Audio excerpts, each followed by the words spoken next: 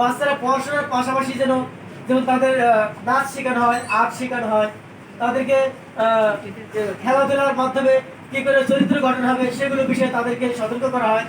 এই সমস্ত বিষয় কিন্তু বাচ্চাদেরকে আমরা অনেক বিষয় বলি। যেমন নার্সারিতে এলকেজিতে যারা পড়ে, ম্যাডামকে যারা ছড়া টরা পড়া আর কি, তোরা কি করে ছড়ার পাশাপাশি নাচ গানের মাধ্যমে সেগুলোকে অ্যাক্টিভিটির মাধ্যমে সেগুলো প্রকাশ করবে, সেগুলো কিন্তু বাচ্চাদের শেখানো হয়। তারপরে বাচ্চারা বাইরে থেকে অভিভাবকদের সাথে, বড়দের সাথে কিভাবে কথা বলবে, স্যারদের বলবে, এগুলো সমস্ত বিষয় যেটাকে আমরা নৈতিক শিক্ষা, পড়াশোনার পাশাপাশি তারা বাচ্চাদেরকে নৈতিক শিক্ষা দিয়ে থাকে। তো সেই জন্য বলবো আপনার বাচ্চাকে স্কুলে পাঠাবেন এবং আপনি অবশ্যই বাচ্চাটাকে একটু খেয়াল রাখবেন, বাচ্চাদেরকে সময় দিন। আপনি দেখুন বাচ্চাটাকে জন্ম দিয়েছেন এবং তাকে যদি আপনি ভালো করে মানুষ করতে না পারেন, তাহলে কিন্তু আপনি কিন্তু সেই বাচ্চাকে দায়বদ্ধ থেকে যাবেন। আপনি কিন্তু একজন কি বলবো অপরাধী হয়ে যাবেন কিন্তু। কারণ ওকে যদি আপনি ঠিকঠাক মতো মানুষ না করেন, ভবিষ্যতে কিন্তু আপনারই সমস্যা।